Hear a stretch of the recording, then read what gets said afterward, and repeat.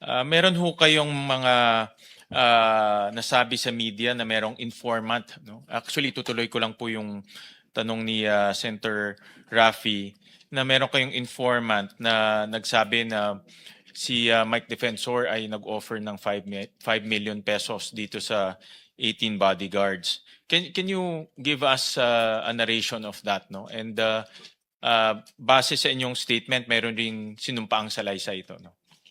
Na meron po kasi kaming sa NBI po, we function na meron pong mga tinatawag kaming all power assets na nag-gather po ng mga intelligence report yan. So he came across dito po sa parang hindi po son-in-law talaga, but he is a partner of the daughter nung isa sa mga sa 18 na bodyguards. I think siguro for purposes na mas malinaw, pwede ko na rin sigurong banggitin yung pangalan. Total, napadala naman na siya ng Actually, tatanong ko nga ano yung pangalan niya. Si Anselmo Taberdo po, yung isa sa Marines, na yung may anak siya, at partner niya po itong nakausap ng ating mga ahente. At nagpahayag po siya ng malayang pahayag, recorded din po ito, nung April 28. And I will also submit yung pong parang salaysay niya na kanyang pinirmahan, malayang pinirmahan, na ang sinasabi po rito sa salaysay na itong si Anselmo Taberdo ay isa sa mga doon sa 18 na in-approach ng grupo ni Mike Defensor at pinangakuan ng 5 milyong piso kapalit ng pagsasalita. Ang sinabi, malinaw pa nga po, sinabi mag-a-appear sa media at magkakaroon ng testimonya. So, doon po ang pangako 5 milyon at kaya po binabanggit niya to, personal sa kanya, sinabi niya na silang magka-partner, may anak po silang isa, ay pinangakuan ng 500,000 para makapagnegosyo sila. So, ngayon, nung tinatanong yung 500,000, doon po naikwento na ang naibibigay pa lang daw ay 700,000 pero eventually, bumalik po siya nung May 6 sa aming pong tanggapan para magdagdag pa ng kanyang testimonya at nilinaw niya na hindi pa pala nabibigay talaga yung 700,000, 350,000 pa lang yung nabigay at utay-utay pa po itong naibigay. So, nung pong magkakaroon ng sila nang nagpatawag dito nung June na yung parang pagdinig po nila rito, we contact itong person na ito to validate ulit. At katunayan, sinusurveillance at sinusundan pa rin naman po namin siya. Kasi nga po, kakaibat nito, nagpadala lang kami ng subpoena kay Mike Defensor at kun po kay Anselmo Taberdo para pagbigay linaw po dito sa testimonya nitong tao na ito. Yun po yung sinasabi natin, Mr. Chair, na lahat po ng papasok na ebidensya sa amin sa NBI ay binibigyang halaga namin at amin pong sinusundan. Director, can you state the name of this informant? Is it possible na sabihin yung kanyang pangalan? Well, pangalan po niya ay si Brent Tragasa. Siya ay 28 years old. Fred Ragasa. Opo, Brent po. And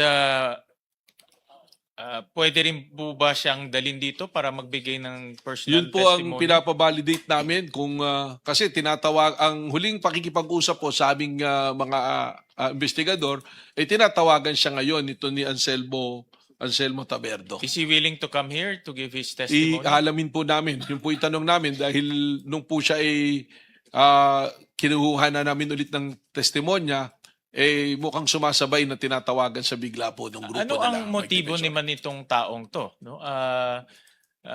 Gusto kong malaman bakit siya biglang nagbigay ng ganitong information considering na parang son-in-law siya.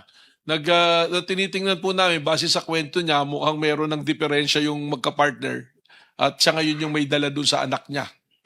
So parang may personal reason po na tungkol doon sa kanilang relasyon. At maaari yung isang dahilan ay pinag-iisipan, hindi dumating yung talagang pangako na 500,000 bilang parte doon sa makukuha dapat na 5 milyong piso. Yung parang may, because of that personal circumstance, Maaari yun po ang dahilan. nagsalita siya doon. And based on your analysis, itong informant ba is a credible witness? itong si Ragasa, si Mr. Ragasa? Pag binalidate po yung kanyang personal circumstances at relationship, maaari po talagang napagkwentuhan. Doon na nga po, Mr. Chair, pumapasok yung aming kagustuhan na ipatawag si Anselmo Taberdo at si Mike Defensor para po mas mabigyang linaw yung testimonyang ibinibigay po nitong tao na ito. And base ba doon sa information, na-consummate ba itong 5 million na ibigay ba? Hindi pa po. Lumalabas po rin sa huling statement. 350. 350 pa lang po yung kabuang natatanggap. Pero may mga kwento pa po siya na siya ay yung mga lugar. Kaya po nagkaroon ng credibility at sinundan namin. Yung mga lugar na binabanggit kung nasaan yung 18, ay tumutugma po rin sa kanyang istorya. Mm-mm. And nasaan na itong taong to? Is he under NBI custody? Wala or- po sa aming kustodiya pero alam po namin kung saan siya nakatira. Dati pong nasa Taguig, lumipat po ng tirahan at amin po siyang minamanmanan po. Okay. Naka-surveillance po. And then, gusto ko lang ho rin matanong, itong informant na ito, nag-ano ba siya?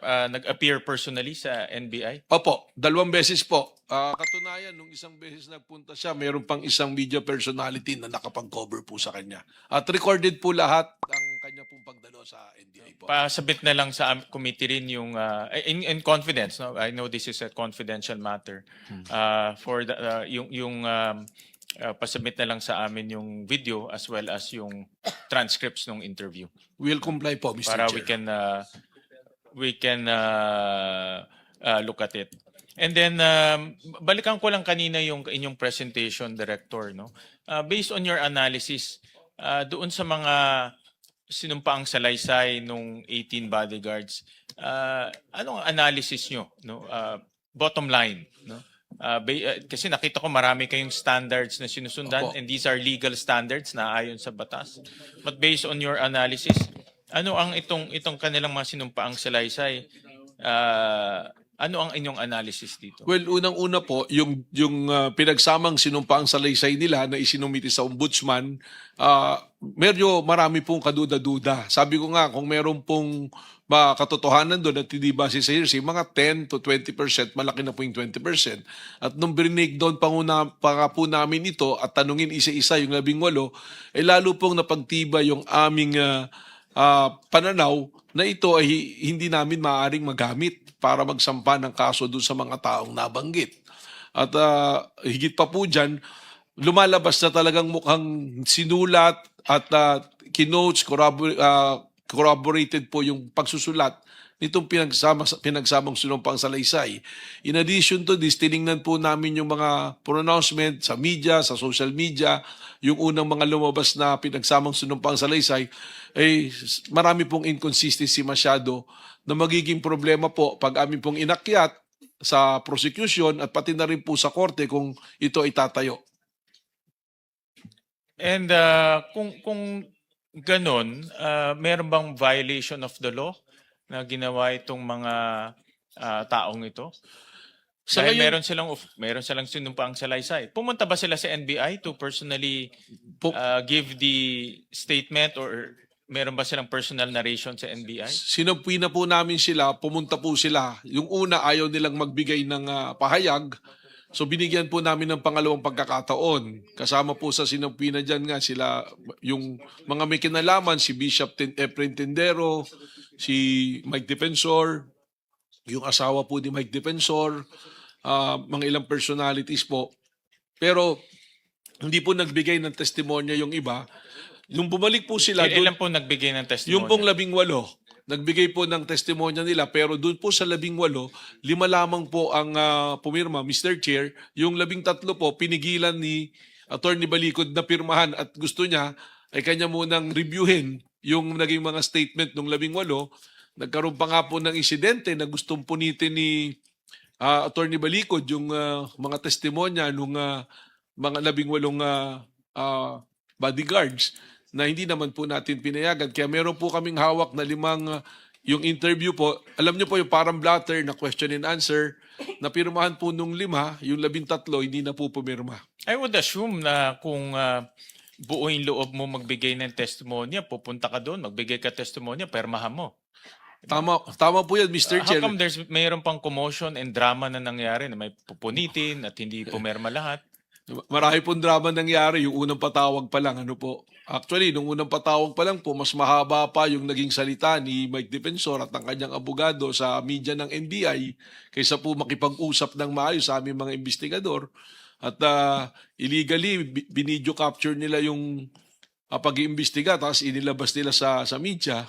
So may mga behavior po na ganun, pero ang naging instruction po natin doon sa ating mga investigador is to exercise maximum tolerance kasi alam naman po natin parang politically high profile itong kaso na ito, kaya atin pong iningatan hanggang sa nung nagbigay na po sila ng pahayag nila at ayaw namang pirmahan. Kaya ang hirap din pong gamitin